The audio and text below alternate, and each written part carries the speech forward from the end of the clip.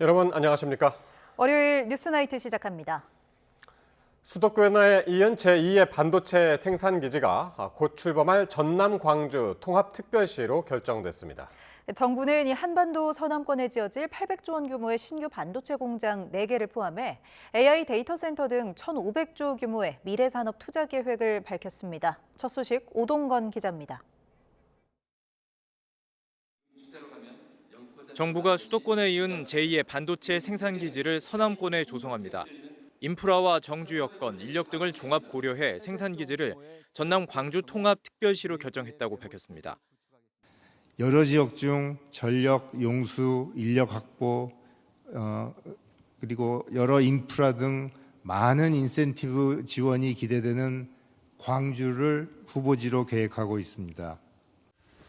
삼성은 광주를 차기 반도체 생산기지 후보로 밝혔고 SK하이닉스도 서남권에 400조 원을 투자해 새로운 반도체 클러스터를 조성하기로 했습니다. 정부는 양사의 투자를 바탕으로 서남권에 모두 800조 원을 투입해 메모리 팹 4기를 구축한다는 계획입니다. 먼저 서남권을 제2의 반도체 생산기지로 조성합니다. 총 800조 원 규모의 기업 투자를 통해 4기의 메모리 팹을 구축하겠습니다. 또 충청권에 81조 원을 투자해 HBM 패키징 팹 건설을 추진하고 동남 대경권은 반도체 소재, 부품, 장비 공급망 거점으로 육성한다는 계획입니다. 삼성은 HBM 생산을 천안, 온양 등 충청권에 집중하고 구미에는 로봇과 AI 데이터 센터, 울산에는 차세대 배터리 투자를 확대합니다.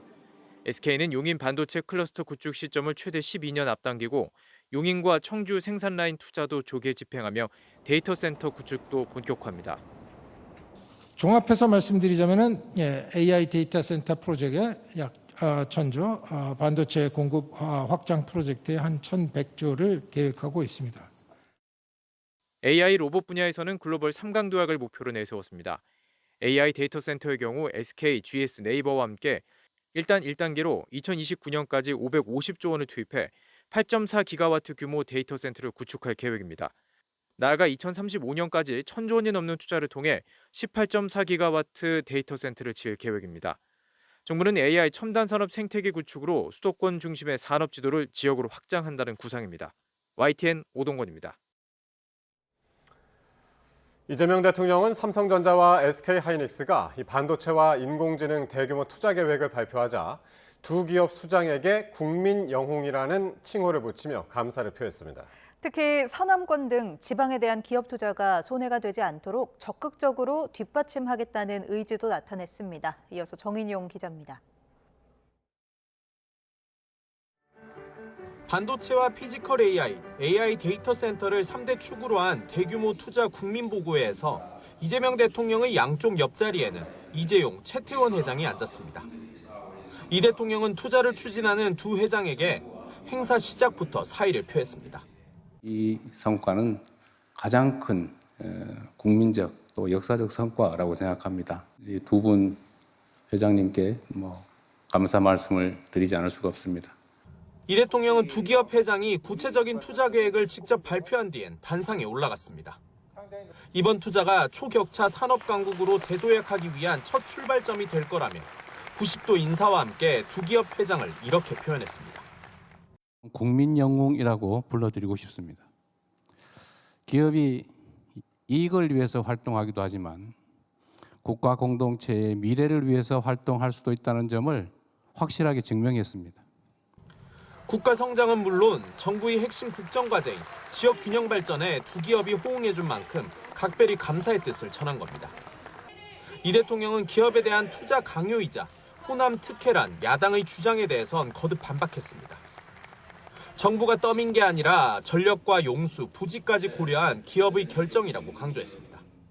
호남 지역이 장기간 개발해서 소외되면서 오히려 이게 기회 요인이 된 측면이 있습니다. 용수도 풍부하고 특히 신재생 에너지가 풍부한 곳이 바로 서남 해안 일대입니다. 특히 기업이 손해보지 않고 투자할 수 있도록 중앙과 지방정부의 역량을 대대적으로 투입하겠다는 약속도 했습니다. 청와대 내부 조직에 3대 메가 프로젝트를 맡는 직할 담당관을 두겠다며 신속하게 일처리가 이뤄지도록 직접 챙길 거라고 공언했습니다. 하지만 최근 국정 지지율 하락과 가열되는 여당 당권 경쟁 분위기 속에 투자 계획 발표가 정치 쟁점화되면서 당분간 파장은 이어질 전망입니다. YTN 정윤용입니다. 삼성전자와 SK하이닉스가 광주 등 서남권에 대규모 반도체 생산기지 조성 계획을 발표하자 지역민들은 일제히 환영했습니다. 40년 만에 통합을 이룬 광주 전남이 반도체 산업의 새로운 성장축이 될 것으로 기대됩니다. 보도에 오선열 기자입니다. 전남과 광주는 반도체 산업이 성장할 수 있는 강점을 갖추고 있다는 평가를 받고 있습니다. 개발 가능 면적이 820만 제곱미터에 이르는 광주 군공항 부지를 비롯해 광주 첨단 3지구와 전남 해남 솔라시도가 후보지로 거론됩니다. 대규모 반도체 산업이 들어서면 경제 활성화와 일자리 등 지역사회 전반에 긍정적인 영향을 줄 것으로 전망됩니다. 광주 전남 시도민이 똘똘 뭉쳐서 이번 기회에 정말로 발전할 수 있는 우리 호남을 발전시킬 수 있는 그러한 동력과 획기적인 계기가 되기를. 민영배 전남광주 통합특별시장 당선인은 적극적인 지원을 약속했습니다. 전력과 용수 공급 체계를 안정적으로 갖추고 신속한 인허가와 행정 지원 등에 온 힘을 모으겠다고 밝혔습니다.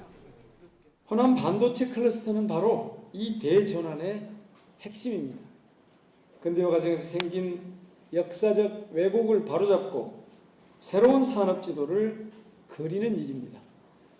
호남의 기회이자 국가 산업 전략의 전환점인 것입니다. 반면 전북특별자치도는 거세게 반발하고 나섰습니다. 대규모 투자 구상에서 전북이 철저히 배제된 데다 미래 핵심 기지가 될 AI 데이터 센터 확장 청사진에서도 전북은 언급되지 않았기 때문입니다. 전라북도는 기존의 피지컬 AI 성과마저 영남권의 가로채일 위기에 처했다며 정부의 구체적인 대책을 즉각 제시하라고 촉구했습니다. YTN 오세르입니다. 정치권에선 반도체 클러스터 입지를 두고 갑론을박이 이어졌습니다. 민주당은 국가 미래가 걸린 대개 사업에 철진한 지역주의를 들이밀지 말라 옹호했고 국민의힘은 관치 개입이라고 반발했습니다. 박정현 기자입니다. 민주당은 호남권 반도체 클러스터 조성이 산업 지도를 새로 그릴 국가 대계이자 균형 발전의 대전환을 이끌 시작점이라고 추켜 세웠습니다. 호남 투자는 신재생 에너지 인프라와 풍부한 용수, 대규모 부지 등을 고려한 기업의 전략적 결단이라며 관치 행정으로 몰아가는 야권 주장은 흑색 선전이다 엄호했습니다. 대통령과 청와대가 멱살을 잡아 끌었다느니 터무니없는 가짜뉴스를 살포하고 있습니다. 제정신입니까? 민주당은 관용 없이 법적 대응에 나서겠습니다. 민주당은 호남은 이미 윤석열 정부 당시 반도체 특화단지 공모에서도 최고점을 받은 곳이라며 국민의힘 반대는 발목 잡기라고 규정했습니다. 또 부산엔 전력, 창원은 피지컬 AI 등 지역별 추가 투자가 예정된 만큼 차별 비판도 어불성설이라고 일축했습니다. 정치 공세의 도구로 삼아 지역 갈라치기를 주장하는 망국적 발목 잡기를 당장 중단할 것을 강력히 요청합니다. 국민의힘은 입지 논쟁의 본질은 호남 투자 자체가 아니라 결정 과정에서의 투명성과 공정성에 있다고 강조했습니다. 공직자 설득 요청에 따라 CEO들이 결단했다는 대통령 발언 자체가 관치 개입 자백이라며 국정조사 필요성을 거론했습니다. 서로 경쟁하는 두 개의 대기업이 동시에 같은 입지에 대규모 투자 계획을 발표한다는 것 자체가 정부의 관치 개입에 따른 억지 결정임을 가리키고 있습니다. 개혁신당은 경기 반도체 벨트 지역구를 고리로 국민의힘 유이동 의원과 공동회견을 열고 기존 용인투자계획 대체 가능성에 우려를 표하며 민주당 경기도 의원들의 동참을 촉구했습니다. 용인의 투자계획을 호남으로 대체하는 일은 없어야 합니다. 이 결정이 청와대가 아니라 기업 이사회에서 내려졌음을 증명해야 합니다. 이 대통령은 지난 주말에만 반도체 클러스터 관련 SNS를 7개나 올리며 홍보 선봉에 섰는데 보수 야권에선 전당대회를 앞둔 민주당 명청대전 총알로 100년 대계 산업이 소비되고 있다고 지적했습니다. YTN 박정현입니다.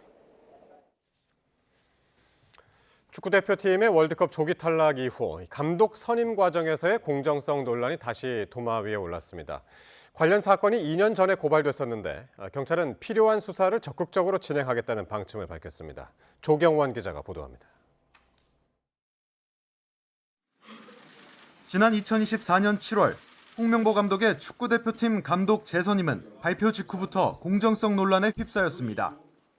감독 추천권을 가진 전력강화위원회가 아닌 이임생 당시 대한축구협회 기술총괄 이사가 홍 감독을 추천하면서 절차가 위반됐다는 의혹이 제기된 겁니다. 홍 감독은 선임 과정에서의 논란에 대해 공개적으로 사과했고 우선 이런 감독 선임과 모든 축구적인 측면에서 우리 국민들의 공분을 일으킨 점에 대해서는 대단히 죄송하게 생각하고요. 정몽규 대한축구협회장은 규정을 무시한 채 홍 감독을 선임하고 연봉을 결정했다는 업무방해와 업무상 배임 혐의 등으로 경찰에 고발됐습니다. 그러니까 지금 국내 감독을 뽑아서 지금 잘못된 건지 절차적으로 해서 잘못된 건지 아니면 외국 감독을 안 뽑아서 좋아한 건지 그 여러 가지 이슈가 관련 고발장은 모두 8건으로 당시 피고발인 가운데 홍 감독은 포함되지 않은 것으로 확인됐습니다. 그런데 2년이 지나도록 결론이 나지 않으면서 수사가 지연되는 거 아니냐는 지적이 나왔고 경찰은 문체부와 축구협회 사이 행정소송 결과를 지켜볼 필요가 있었다고 설명했습니다. 지난 4월에야 문체부의 징계 요구 조처가 정당했다는 법원 판단이 나왔다는 겁니다. 경찰은 일단 필요한 수사를 적극적으로 진행하겠다는 방침인데 행정 절차상 문제와 별개로 업무방해 혐의가 성립하려면 고의성이 드러나야 해 이를 입증하는 게 수사의 관건이 될 것이란 전망입니다. 하지만 이미 홍 감독과 정 회장이 퇴진 의사를 밝힌 만큼 수사 실릭을 두고도 논란이 이어질 것으로 보입니다. YTN 조경원입니다. 대한민국 축구 국가대표팀의 월드컵 조별리그 탈락이 확정되자 여야 가릴 것 없이 비판이 쏟아졌습니다. 축구협회 카르텔을 청산하기 위해 뼈를 깎는 재건이 필요하다며 목소리를 높였습니다. 양동훈 기자입니다. 북중미 월드컵 32강 진출이 무산된 다음 날 정치권은 축구계 카르텔을 실패 원인으로 지목하며 국회 차원의 대책 마련을 외쳤습니다. 민주당은 감독의 전술 부재와 축구협회의 독선적인 밀실행정, 내편 밀어주기 등을 언급하며 본격 대응을 예고했습니다. 한국 축구대표팀은 정몽규나 홍명보 등 몇몇 소유의 사유물이 아닌 국민 모두의 것입니다. 또 하경과 지연으로 얽힌 축구협회의 인사 실패가 대표팀의 발목을 잡았다며 국민을 실망시키는 일이 반복되지 않도록 나서겠다고 강조했습니다. 정부와 국회 차원에서 정확한 실상 파악과 원인 분석, 재발 방지와 개선을 위한 대책을 마련해 나가겠습니다. 국민의힘 역시 축구협회의 완전한 해체와 뼈를 깎는 재건만이 해결책이라고 강조했습니다. 사격 올림픽 금메달리스트 출신 진종호 의원은 대한축구협회 비리 제보센터를 가동한다고 밝혔고 나아가 협회에 대한 전면 특별감사를 통해 카르텔 연루자에게 법적, 행정적 책임을 물어야 한다고 강조했습니다. 한국 축구를 부패한 조직의 손에서 빼앗아 온전히 국민의 품으로 돌려놓겠습니다. 연 1,500억 원에 달하는 시민구단 보조금에 대해 근본적 검토가 필요하다는 주장까지 나오는 등 전선도 확대되는 모습입니다.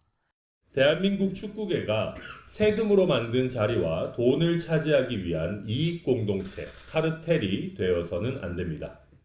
국회 문체위는 2년 전 불투명한 감독 선임 과정을 묻겠다며 정몽규 협회장과 홍명보 감독 등을 증인으로 불렀지만 아무것도 바꾸지 못했습니다. 후반기 원 구성을 통해 문체위가 꾸려지면 여야 모두 강경 대응을 벼르고 있는데 국민 공분이 정점을 찍은 이번에는 축구협회의 근본적 체질 개선에 나설 수 있을지 주목됩니다. YTN 양동훈입니다. 원달러 환율은 외국인들이 국내 주식을 대거 팔아치우면서 글로벌 금융위기 이후 최고 수준인 1,540원대 중반에서 주간 거래를 마쳤습니다. 오늘 서울 외환시장에서 미국 달러화 대비 원화 환율은 오후 3시 30분 기준 13.2원 오른 1,545.2원으로 주간 거래를 마무리했습니다. 환율은 지난달 15일부터 한 달 이상 1,500원대에서 주간 거래를 마쳤는데 오늘 원달러 환율은 주간 거래 종가 기준 1,549원이었던 지난 2009년 3월 9일 이후 가장 높습니다. 정부의 석유 최고 가격 인하 이후로 주유소 판매 기름값이 계속 떨어지고 있습니다. 서울 지역 주유소 휘발유와 경유의 평균 가격도 2달여 만에 2,000원대 아래로 진입했는데 그래도 아직 부담이 상당하다는 소비자 반응이 나옵니다. 정현우 기자의 보도입니다. 서울 서초동 일대 주유소에 붙은 가격표들. 한때 2,000원을 넘겼던 휘발유와 경유의 리터당 가격이 이제 1,900원 후반대로 적혀 있습니다. 가격이 제일 비싼 지역인 서울 일대 평균 기름값이 2달 만에 2,000원 밑으로 내려간 겁니다. 지역 평균 휘발유와 경유값 모두 전날보다 40원 정도씩 큰 폭으로 떨어지며 각각 1,980원, 1,970원대에 진입했습니다. 휘발유 판매 가격이 1,800원대인 곳도 곳곳에 있는데 이렇게 가격이 더욱 싼 주유소에는 더 많은 차량이 몰리는 모습입니다. 이처럼 지난 27일 정부의 석유 최고 가격 인하 이후 전국 주유소 기름값은 계속 떨어지는 추세입니다. 전국 주유소 평균 휘발유 경유 판매가도 하루 전보다 각각 20원 넘게 떨어지며 1,960원과 50원대에 안착했습니다. 이처럼 기름값이 계속 내려가는 상황에 좀 더 가격이 떨어지면 주유를 해야겠다는 소비자 반응도 나옵니다. 예전에 비해서는 그래도 아직 비싼 느낌은 갖고 있습니다. 유가가 떨어진다고 생각하면 이제 좀 시간을 갖고서 이제 조금 천천히 늘까도 생각은 하고 있습니다. 다만 그간 비싼 가격을 주고 사들였던 비축분이 주유소에서 팔리기까지 걸리는 시간 등을 고려하면 가격 인하를 확실히 체감하기까진 꽤 시간이 걸릴 것이란 예측도 있습니다. 단기적으로는 수급 때문에 가격이 좀 높은 상태로 있긴 하겠지만 예전 수준으로 안정적으로 가지 않을까라는 게 중장기적으로는. 근데 이제 그 이행 기간이 얼마나 걸릴지는 조금 두고 봐야겠지만 좀 그 정도 나오지 않을까. 또 호르무즈 해협 통제권을 둘러싼 신경전 등도 여전한 가운데 이란 전쟁 이전 수준으로 석유 제품 가격이 내려가긴 당분간 힘들 것이란 우려도 일각에서 함께 나오고 있습니다. YTN 정윤우입니다.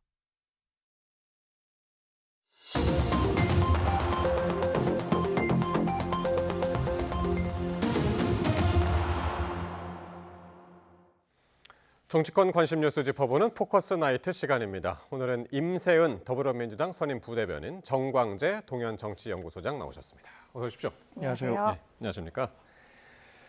자, 이재명 대통령이 반도체와 피지컬 AI, 또 AI 데이터 센터 등 3대 메가 프로젝트를 발표했습니다.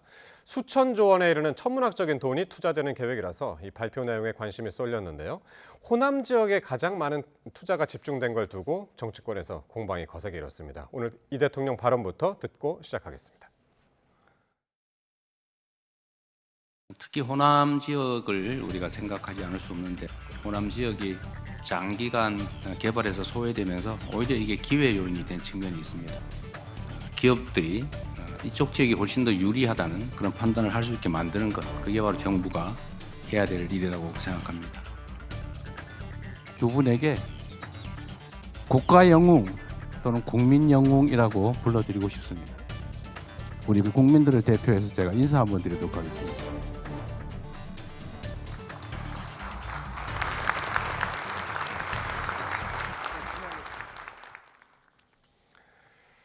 자, 이 반도체의 경우에 삼성과 SK가 서남권, 그러니까 호남권에 800조 원을 투자하기로 했습니다. 오늘 정부하고 두 기업이 발표한 내용의 핵심이기도 한데 두 분 어떻게 보셨는지 궁금합니다. 먼저 부대변인님. 네, 3대 메가 프로젝트 투자 계획을 오늘 밝혔는데요. 저는 매우 역사적인 일이고 우리나라 대한민국 대도약의 계기가 되는 사건이다라고 생각합니다. 총 2,000조 플러스 알파의 투자금이 이제 투자가 될 것인데요.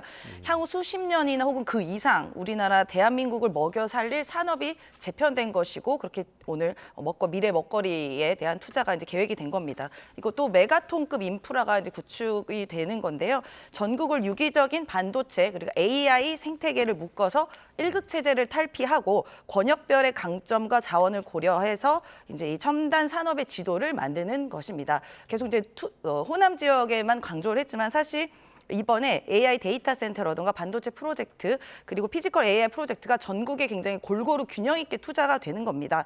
일단은 말씀하신 것처럼 제2의 반도체 생산 거점은 이제 호남 지역에 아마 정돈이 될 것이라고 예. 보여지고요. 충청권 같은 경우에는 첨단 패키징, 그다음 후공정, 그리고 동남 대경권은 소부장 혁신 거점, 제조 AI 등 전국이 고루 균형 있게 발전할 수 있는 계기가 될 것이라서 저는 대한민국 미래 먹거리를 창출할 수 있는 아주 소중한 기회를 우리 기업과 우리 정부에서 잘 만들어낸 아주 역사적인 일이다라고 생각합니다.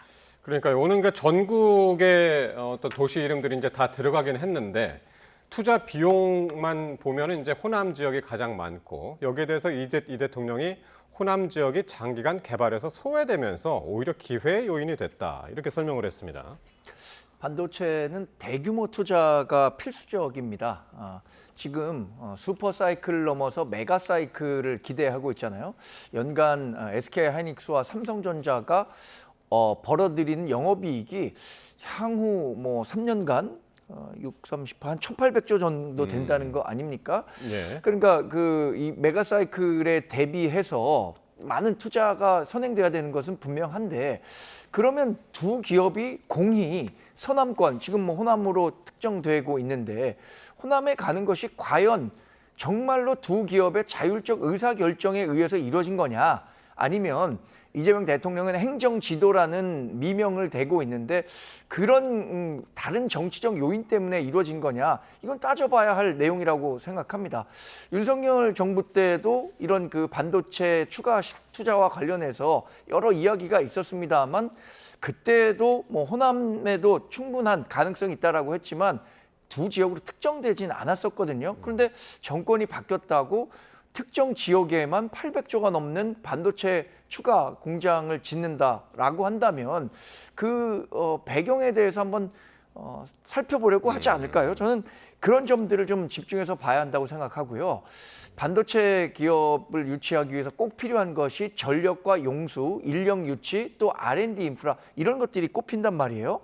과거에 호남이 그러면 탁월하게 두 기업을 유치할 정도로 경쟁력이 있는 그 인센티브를 제공했었느냐 그것도 아니거든요. 그런데 두 기업이 왜 갑자기 호남으로 갔는가 이 부분에 대해서는 나중에라도 좀 살펴볼 내용이 있을 것 같습니다. 예. 야당 인사들이 일제히 오늘 비판을 했는데 정광재 소장하고 이제 비슷한 이야기들을 이제 많이 했고 특히 이제 한동훈 의원은 이런 얘기를 했습니다. 명청 대결용 총알로 쓰면 안 된다라고 했는데 민주당 전당대회를 앞두고 정치적 계산이 깔린 결정이다. 이런 주장인 것 같아요. 아니 이거는 저는 우리 민간 기업들을 굉장히 모독하는 처사라고 생각이 듭니다. 지금 말씀하신 SK 하이닉스나 삼성전자 같은 경우는 글로벌 대기업, 초일류 기업으로 꼽히어지는 곳입니다. 그런 기업이 민주당 아무리 집권 여당이라 하지만 그 전당대회용으로 총알을 쓴다고요? 그건 있을 수가 없는 것이고요. 지금 고도화된 경영 능력으로 이 두 회사가 전 세계적으로 주가도 높고 또 이제 나스닥 상장까지 앞두고 있는데 이런 수백조 원이 투자되는 특히 이 대기업 초일류 기업이 그 어떤 특정 당의 전당대회용으로 쓰여진다? 그거를 이 기업에 있는 경영진이나 그 회사 주주들이 그걸 이해하고 용납할 수 있을까요? 그렇게 되면 배임 혐의가 되는 것입니다. 주주 배임 혐의가 되는 것이고 우리 기업 같은 경우에는 당연히 이익 추구를 목적으로 하는 곳이기 때문에 1원이라도 손해되는 일은 하지 않고요. 특히나 이게 수백조 원이 투자되는 이런 투자 결정에서 어떠한 정치적 고려를 한다는 거는 있을 수 없는 일이다.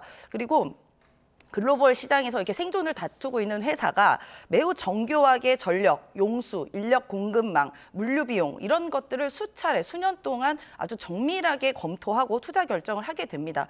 하다못해 지금 삼성이나 SK 같은 기업 말고도 또 더 작은 중소기업 같은 경우에서도 투자 결정을 할 때 투자심의위원회라는 것이 있어서 매우 정교하게 심의하고 리스크 관리를 하는데 하다못해 이렇게 초일류 기업, 세계적인 기업에서 투자를 선택하는데 어떤 당의 기준으로 한다라는 건 말이 안 되는 얘기고요. 특히 안철수 의원 같은 경우는 굉장히 호도를 하고 있는데 정부 여당 인사들의 호남 토지 보유 현황을 공개하라면서 정치적 공세를 이어나가고 있습니다. 일단 안철수 의원께 말씀드리고 싶은 것은 이미 우리 공직자 재산 공개에 가시면 우리 집권 여당의 인사들의 그 재산 현황을 아주 자세하게 볼 수 있다라고 말씀을 드립니다. 예. 이렇게 우리나라 국가 미래가 달린 이런 산업에 대해서 이렇게 정쟁으로만 일삼지 마시고 좀 우리나라 국가 미래를 생각해서 향후의 먹거리, 산업 재편을 생각해서 함께 협력해 주시길 정말 간곡히 바랍니다. 아무튼 예상보다 오늘 굉장히 큰 이벤트였습니다. 국민 보고 형식으로 이제 국가 미래 계획을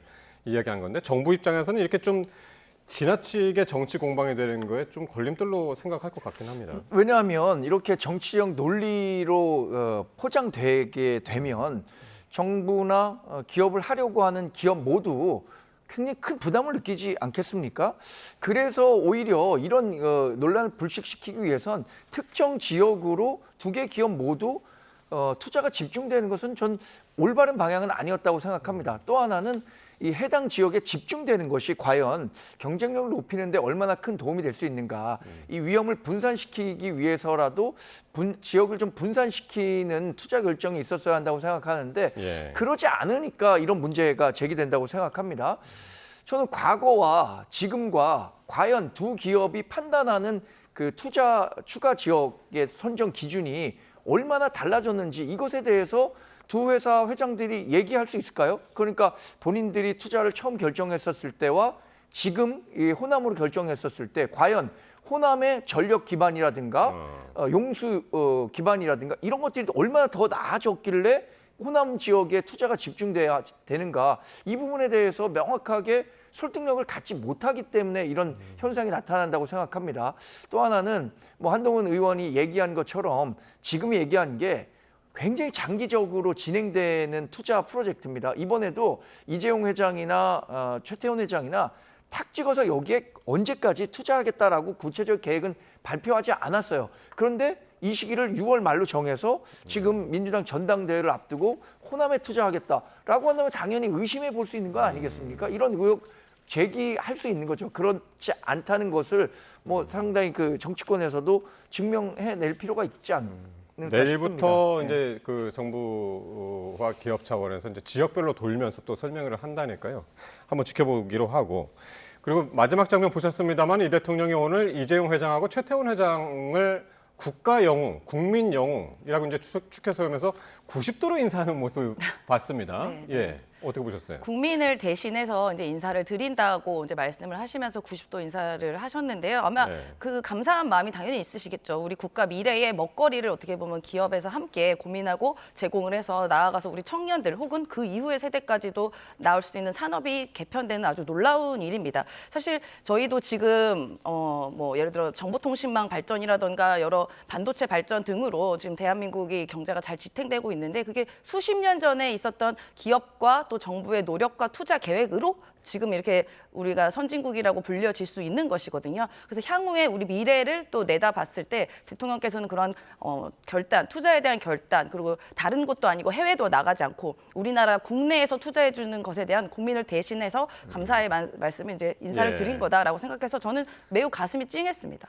그러니까 마음 먹고 오늘 아예 인사를 하더라고요. 이게 원래 강훈식 비서실장이 큰절 하려던 거를 말려가지고 이 정도 인사했다고 그러던데요. 근데 큰절 했었으면은 보기에 별로 좋지 않았었을 것 같습니다. 지난번에 정청래 전 민주당 대표가 이 환영하는 자리에 가서 90도 인사하니까 이건태 의원인가요? 과공비례라는 말로 그런 거 왜 했냐 이렇게 했던 기억이 나는데 만약에 이재명 대통령이 저기서 두 회장에게 큰절하는 모습을 보였다라고 한다면 그 모습을 국민들이 어떻게 봤을까요? 저는 뭐 국민적 영웅이다, 국가의 영웅이다 이렇게 뭐 칭찬하고 또 격려해 주는 건 좋은 일이라고 생각합니다만 저기서 큰절한다라고 했었으면 아마 많은 사람들이 쇼하고 있다 이렇게 평가했을 것 같습니다. 저렇게 90도 인사 정도만 한 게 저는 잘하신 것 같습니다. 네, 그 정도로 이제 그 두 분의 결단, 투자 결단에 대해서 매우 감사한 마음을 표현하신 거라고 보고요. 실제로 SK 같은 경우는 일본에 대한 투자도 좀 검토했다는 얘기가 있었거든요, 작년에. 그런데 그럼에도 불구하고 어쨌든 대한민국, 우리나라에 투자를 한 것에 대한 감사함을 정말 진심으로 표현하신 거다라고 생각합니다. 그렇습니다. 어쨌든 평소에 보기 힘든 장면까지 보고 왔습니다. 자, 국민의힘 장동혁 대표가 최고위에서 이재명 대통령을 홍명보 감독에 빗대서 비판을 했습니다. 하지만 정작 지도부는 장 대표 거취를 놓고 다시 공개 충돌했는데요. 관련 발언 듣고 오겠습니다. 무능한 사람을 지휘관으로 선발하면 결과는 뻔하다고 합니다. 이재명 대통령이 거울을 보면서 본인에게 해야 할 말인 것 같습니다. 작전 실패가 드러났는데도 감독이 끝내 고집을 부린다면 감독 교체 외에 다른 해결책은 없습니다. 우리 지도부가 원팀을 말하면서 저는 기억나는 건 징계밖에 없습니다. 또 당직자들 통해서 당내 조롱이나 하는 그런 것들밖에 기억나지 않습니다. 이제 우리 당이 정말 원팀을 가기 위해서라도 장 대표님 내려오셔야 합니다. 이상입니다. 여기 지금 공개석상에서 할 얘기, 안 할 얘기 구분을 하고 지금 몇 번을 얘기하는데, 그리고 본인들 그렇게 책임감 강하다고 사퇴 얘기했으면 사퇴하세요.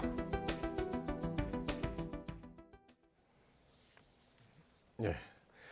최고의 장면까지 보셨는데 먼저 이재명 대통령이 우리 월드컵 32강 진출 이제 실패를 하니까 이걸 그냥 조직 또 인사 실패 이렇게 언급을 했습니다. 그러자 장 대표가 거울을 보면서 할 말인 것 같다라면서 이제 되받아친 건데 이거 먼저 어떻게 보셨습니까? 지금 아까 장동혁 대표의 저 말씀을 듣고 저는 장동혁 대표가 웬일로 자기 고백을 하고 자아 반성을 하나 이렇게 생각을 했거든요.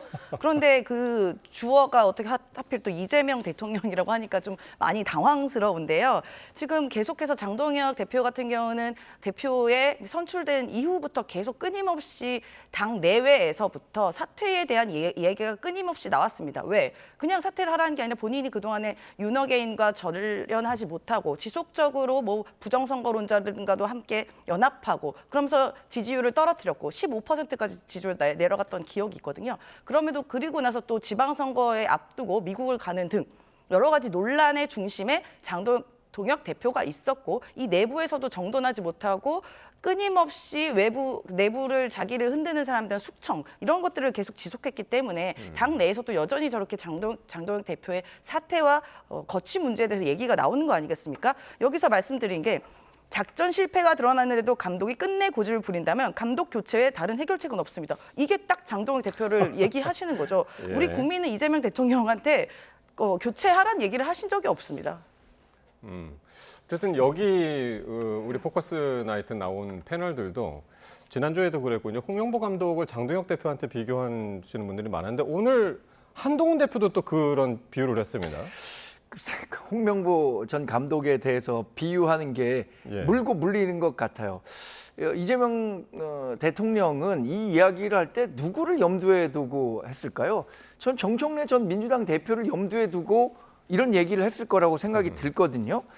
그리고 장동혁 대표는 그러니까 먼저 좀 돌아보라라고 얘기를 하고 있어요. 한동훈 의원은 이런 상황에 대해서 홍명보 감독과 이 장동혁 대표를 비교하면서 그러니까 결과에 대해서 책임지는 모습을 보여라라고 하고 있는데 저는 5,200만 모든 국민이 홍명보 전 감독의 책임론과 관련해서 이렇다 저렇다 얘기할 수 있다고 생각합니다. 그런데 그것을 이재명 대통령이라는 자리에서 이런 얘기를 하는 것은 좀 적절치 않다고 생각하고요. 홍명보 전 감독이 3백을 고수하면서 이번 그 월드컵에서 실패했다라는 얘기가 있는데 이재명 대통령도 본인에 대한 공소 취소를 자꾸만 고수하는 것 같아갖고 그 공소 취소를 자꾸만 고수하면 본인도 대통령으로서 실패할 수밖에 없다라는 말씀을 좀 드려야 될 것 같습니다. 예. 정치적으로 상대편에 있는 사람을 계속 이제 홍명보 감독으로 이제 비유를 하고 있는데 안타까운 상황이고. 그리고 이제 당 지도부 조금 전에 보셨습니다만 국민의힘 이 장동혁 대표 거취를 놓고 또 다시 공개 충돌했습니다. 장 대표가 기강 잡기에 나서겠다라면서 이제 징계 카드를 꺼내니까 이제 더 갈등을 좀 키우는 그런 분위기가 아닌가 싶습니다. 그러니까 지금 입원을 한 8일 정도 이제 하셨잖아요. 그래서 병원에서 저는 여러 가지 미래에 대한 구상이나 어떻게 보면 건전한 야당으로서 어떠한 역할을 할 것인가에 대한 고민을 충분히 하고 오셨을 거라고 믿었는데 그런 믿음은 이제 깨진 거죠. 무슨 고민을 하고 계셨냐 하면은 장동혁 대표는 이제 기강 잡기. 예를 들어 나를 반대하는 자, 나한테 뭐 대드는 자 이제 모두 다 제대로 징계시키겠다라고 결심하고 오신 거 아니겠습니까? 또 오늘 같은 경우는 놀라운 문자가 또 공개가 됐어요. 당직자분이 어떤 모 의원에게 예를 들어 뭐 약간 그 징계 대상 명단이라고 하는 저런 뭐 문자 강명구 조직부총장이죠, 국민의힘. 예, 그렇죠. 근데 있을 수 없는 상황이거든요. 어떻게 당의 조직부총장이라고 하시는 분이 당직자에게 저런 뭐 사람 이름을 거론하면서 이분을 조치를 해야 되고 뭐 그것도 또 뒤에 보면은 여긴 잘려서 안 나왔지만은 너무 센 조치라면 또 이게 나중에 법적으로 문제가 될 수 있으니까 주의 정도로만 하자 뭐 이런 식으로 문자가 나왔더라고요. 그래서 오늘 저 분들은 어떻게 보면은 저게 뭐 오히려 저게 약간 칭찬받아야 된다고 이야기를 오히려 듣고 있습니다. 그래서 한 당직자분들은 저기 왜 내 이름이 없냐, 안타깝다라고 아쉬움을 표할 만큼 지금 예. 나와 있는 저분들이 오히려 영웅이 되고 있어요. 오히려. 근데 그만큼 이게 정상적으로 당이 돌아가지 않는다라고 생각이 들고, 이건 장동혁 대표가 권한을 갖고 있는 만큼, 또 지도부에 계신 분들이 권한을 갖고 있는 만큼 그 책임은 오롯이 그분들에 더 지어지고 있다라고 생각합니다. 그러니까 오늘 이제 강명구 조직부총장의 핸드폰이 이 최고위 회의 때 이제 이게 노출이 됐는데 그 안에 이제 써 있는 겁니다. 그 규제 대상이 배현진, 진정호, 김종혁, 박상수, 한기호 의원의 이제 이름이 써져 있었고, 여기에 꼭 당원권 정지 등 고수위 징계가 아니더라도 주의 처분이라도 할 수 있다고 보인다. 이렇게 이제 적힌 문자란 말이죠.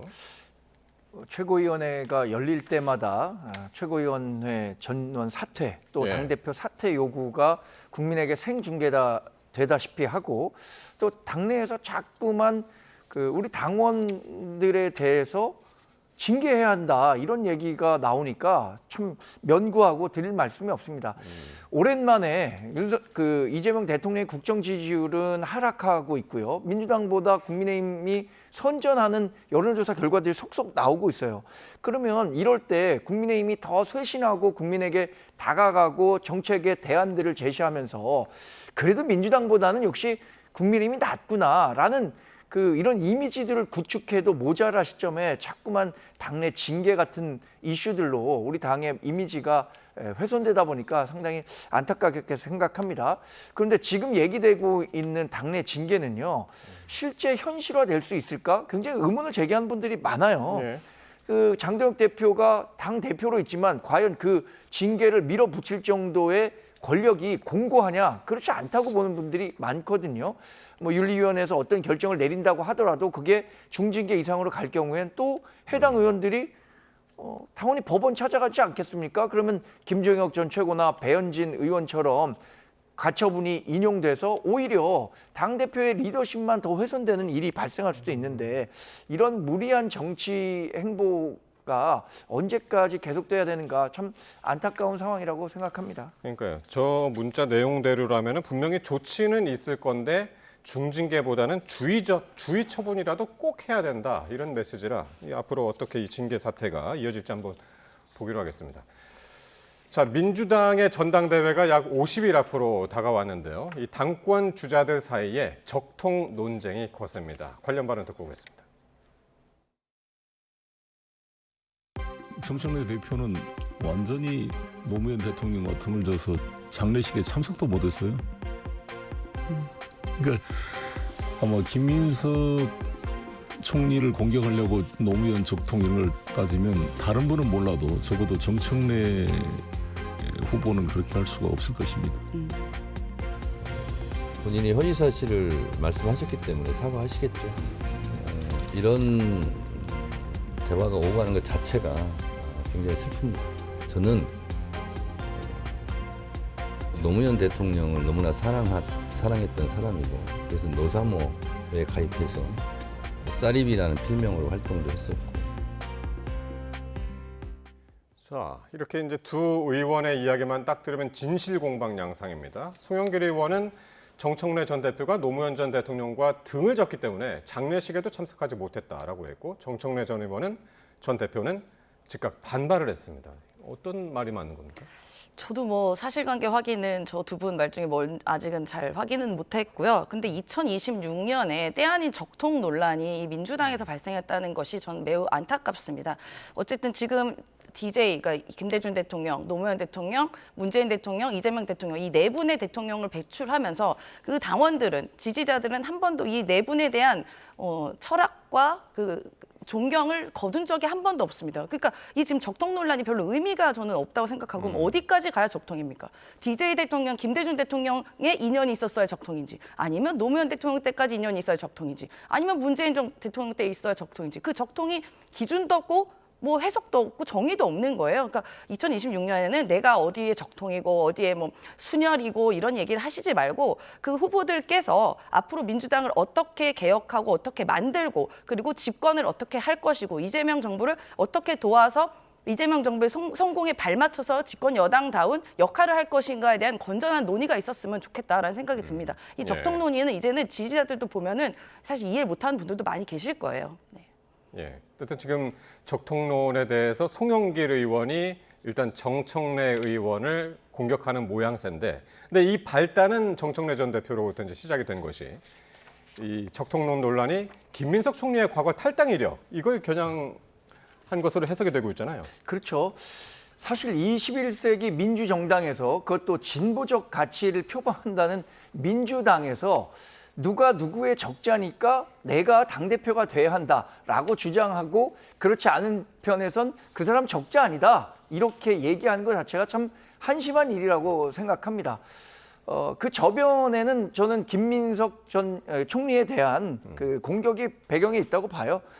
정청래 민주당 전 대표 같은 경우에는 본인이 노사모 출신이라는 점을 기회가 있을 때마다 강조하고 있는 것 아닙니까? 그러면 그 배경은 뭐냐? 2002년에 당시에 정몽준 후보와의 단일화 과정을 추진하는 과정에서 후단협으로 활동했고 정몽준 후보의 손을 들어줬던 김민석 총리, 결국에는 민주당의 이른바 철새 정치인 아니냐라는 식으로 프레임을 강화시키기 위한 얘기라고 생각하는데, 그런데 17년 전에 있었던 노무현 전 대통령의 장례식에 참석했느냐 그렇지 못했느냐를 두고 그 사람은 그래서 뽑으면 안 된다, 민주당의 당대표가 되면 안 된다라고 얘기하는 것 자체가 정말 어처구니 없는 일이라고 생각합니다.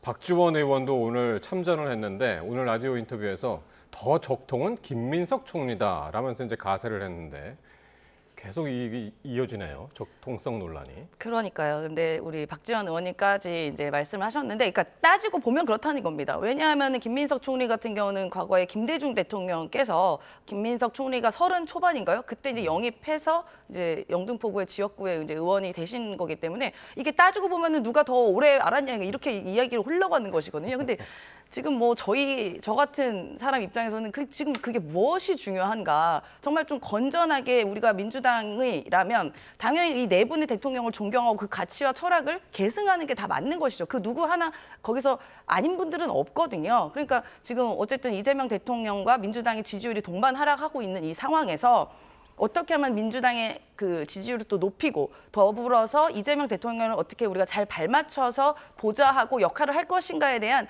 충분하고 건강한 논의가 있는 것이 더 바람직하지 않을까 싶습니다. 자, 그리고 이제 주말 사이에 상당히 이제 논란이 됐던 발언은 이제 유시민 작가의 이른바 재건축론. 민주당 지지자들은 지금 증축을 원하는데 이재명 대통령이 지금 재건축을 하고 있는 것 같다. 그래서 이제 노선 갈등이 계속 달아오르는 것 같은데 이 논란은 어떻게 보셨습니까?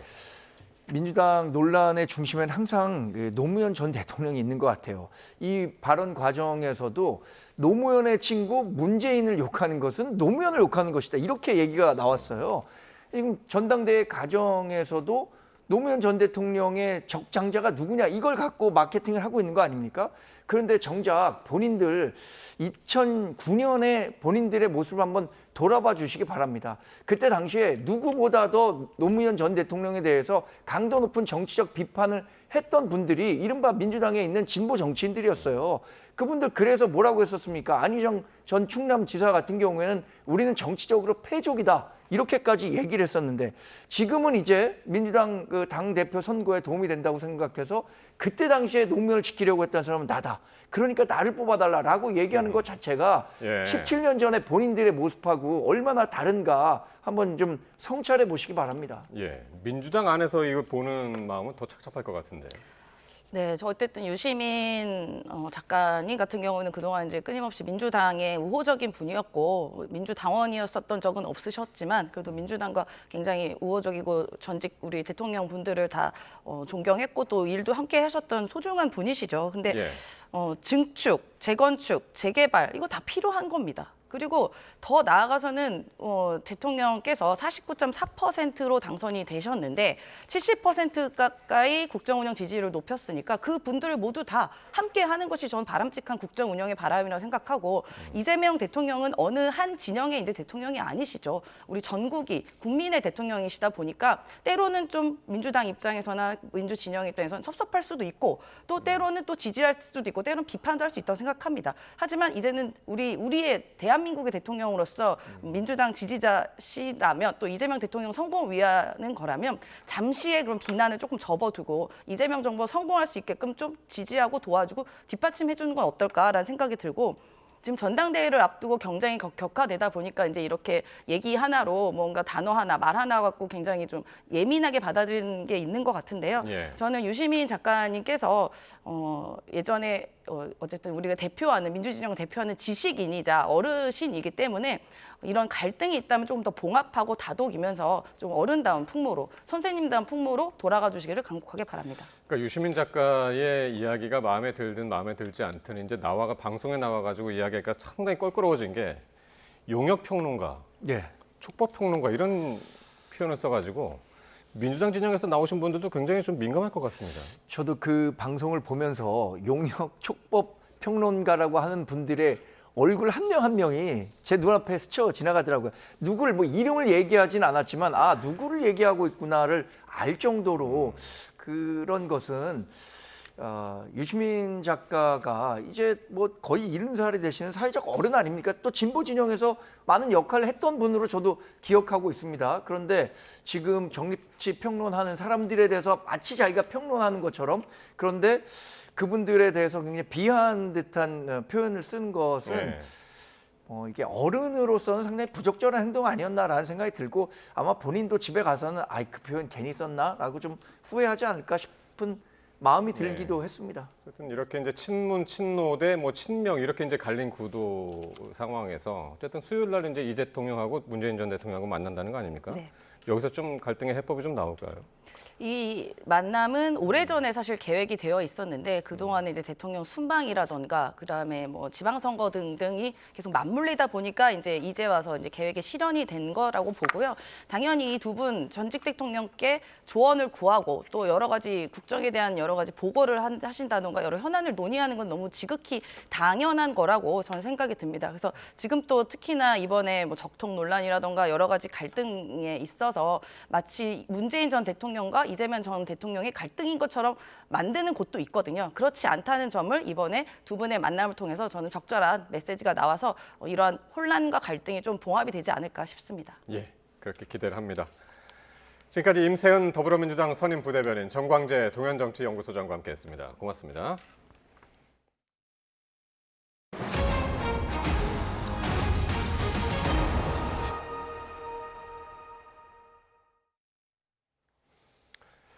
우리나라에서 처음으로 이 월드컵 지휘봉을 2번이나 잡은 홍명보 감독이 2번 모두 성적 부진으로 사퇴하는 진기록을 남겼습니다. 12년 전과 너무나도 비슷합니다. 이대건 기자입니다. 12년 전 브라질 월드컵에서도 조별리그 최하위 탈락이란 초라한 성적을 만든 홍명보 감독. 당시 남긴 말은 실패한 감독이었습니다. 결국 지휘봉을 잡은 지 1년 만에 모든 비판을 안고 떠나겠다고 선언했습니다. 철저한 저의 반성이 우선시 돼야 된다고 저는 생각을 했습니다. 비판을 끝까지 받고 제가 떠나는 게 저의 마지막 일이라고 생각을 했습니다. 10년 만에 대표팀 사령탑으로 다시 돌아온 홍명보 감독. 우리나라에서 처음으로 2번이나 월드컵 지휘봉을 손에 쥐었습니다. 감독 선임 과정에서 논란이 불거지자 자기 자신을 버렸다며 자신의 축구 인생 마지막 도전 의사를 밝혔습니다. 긴 잠을 못 자면서 생각했던 거를 저는 저를 버렸습니다. 이제 저는 없습니다. 대한민국 축구밖에 없습니다. 두 번째 지휘봉을 잡은 월드컵 성적은 오히려 더 나빴습니다. 본선 출전국이 48개로 늘어났는데도 끝까지 경우의 수를 따지다 결국 32강에 오르지도 못했습니다. 3백 전술 고집과 선수 기용 문제 비판을 의식한 듯 감독으로서 자신의 기준은 오직 한국 축구였다고 강조했습니다.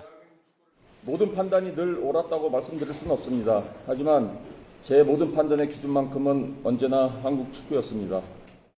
홍명보 감독은 우리나라에서 처음으로 월드컵 지휘봉을 2번이나 잡았지만 2번 모두 같은 이유로 사퇴하는 불명예를 안게 되었습니다.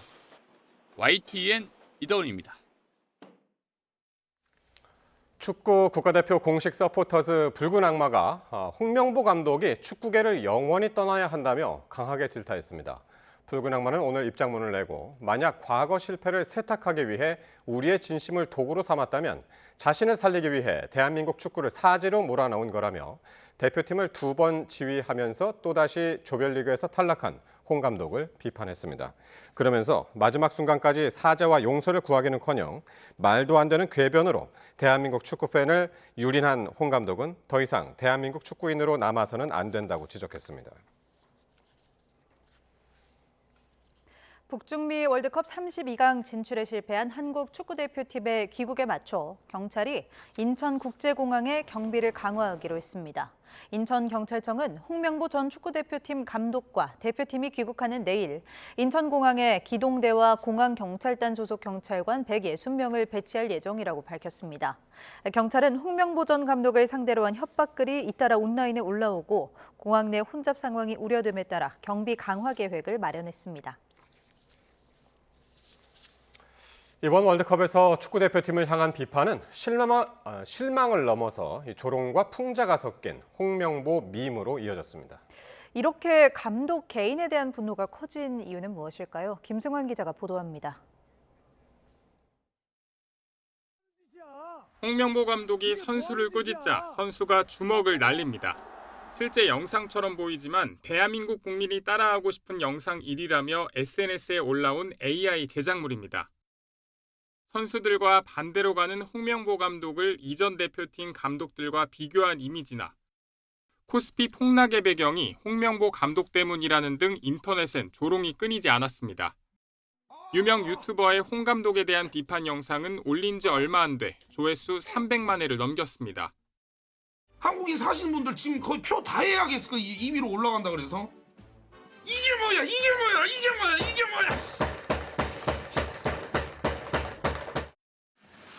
홍명보 감독을 향한 비판은 감독으로서의 역량뿐 아니라 선임 과정부터 쌓인 축구협회에 대한 반감도 한몫했다는 평가입니다. 홍 감독이 경기 결과를 설명하는 과정에서 책임을 회피하는 듯한 모습까지 더해지면서 여론은 더욱 싸늘해졌습니다. 저희도 솔직히 지금 이게 왜 갑자기 이런지에 대해서 조금 당황스러운 건 사실이에요. 저희 코칭 스태프. 흥미로운 건 홍명보 출입 금지라는 문구를 가게 앞에 붙였다는 인증까지 SNS에 줄줄이 올라왔다는 점입니다. 실제 홍 감독이 그곳을 찾을 가능성 때문이라기보다는 개인의 분노를 유머로 소비하고 공유하는 디지털 시대의 밈 문화로 읽힙니다. 홍명보라는 이름 석자가 한국 축구를 향한 팬들의 누적된 불만과 실망을 상징하게 된 겁니다. 축구 감독에게 월드컵 본선을 한번 이끌 수 있다는 건 대단한 기회입니다. 그걸 홍명보 감독은 무려 2번의 기회를 얻었습니다. 특별한 혜택을 입은 거예요. 그럼에도 불구하고 결과를 내오지 못했죠. 다만 대표팀 운영을 비판하는 것과 특정 개인을 과도하게 조롱하는 건 다른 문제인 만큼 정당한 비판과 과도한 조롱의 경계가 흐려지고 있다는 우려도 나옵니다. YTN 김승환입니다. 월드컵 32강 진출 실패로 사령탑이 모두 물러난 가운데 시선은 이제 축구협회로 쏠립니다. 인맥 중심으로 운영되는 협회 구조를 근본적으로 바꿔야 한다는 지적이 나옵니다. 보도에 이정미 기자입니다. 제가 예전에 실패를 한번 했었던 그 과정과 그 후에 일들을 생각하면 너무나 끔찍한 일이지만은 반대로 다시 한번 도전해보고 싶다라는 강한 승부욕이 생긴 것도 사실이었습니다. 희생과 도전이라 말했지만 홍명보 감독은 선임부터 논란이었습니다. 전력강화위원회가 정상적으로 작동하지 않는 상황에서 이임생 기술총괄이사가 감독을 추천한 사실이 알려지며 절차적 정당성 논란이 불거졌습니다. 논란의 책임은 결국 축구협회의 운영 시스템으로 향합니다. 끼리끼리 해먹는 밀실 행정이 가장 크거든요. 대한축구협회의 수장부터 체육관 선거, 밀실 선거를 뽑습니다. 이거 바꿔야 돼요. 이른바 고려대 인맥 논란은 정몽규 회장 체제 내내 반복됐습니다. 그럼에도 정몽규 회장은 지난해 선거를 통해 축구협회장에 사연임했습니다. 축구 지도자와 심판, 선수 대표들로 구성된 선거인단 200여 명이 참여하는 간접 선거를 통해서였습니다. 회장 선거를 할 때 축구 발전이 면도가 아니라 이 축구협회 회장과 어떤 커넥션을 이루느냐에 대해서 표가 가거든요. 대의원 중심의 간접 선거 대신 직선제로 개편해야 한다는 주장이 나오는 이유입니다. 협회 운영의 투명성을 높이는 것과 함께 장기적인 대표팀 육성 시스템도 함께 손봐야 한다는 목소리도 큽니다. 내년 1월 아시안컵까지 남은 시간은 반년 남짓. 감독 선임은 물론 협회 시스템 정비까지 한국 축구가 풀어야 할 과제는 적지 않습니다. YTN 이정미입니다. 월드컵 32강 진출에는 실패했지만 우리 축구대표팀은 선수당 8천만 원의 포상금을 받습니다. 대한축구협회가 개막 전에 정한 포상금 기준에 따르면 우리 선수들은 기본 수당 5천만 원에 체코전 승리 수당 3천만 원을 받을 수 있습니다. 다만 32강 진출 실패로 정몽규 대한축구협회장이 기부금 성격으로 약속한 라운드별 추가 포상금은 없습니다.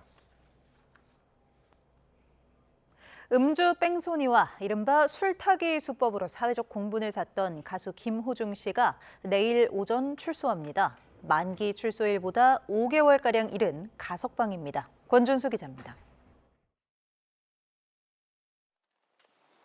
음주 뺑소니 혐의로 징역 2년 6개월을 선고받고 복역 중인 가수 김호중 씨가 내일 오전 경기도 여주 소망교도소에서 가석방으로 출소합니다.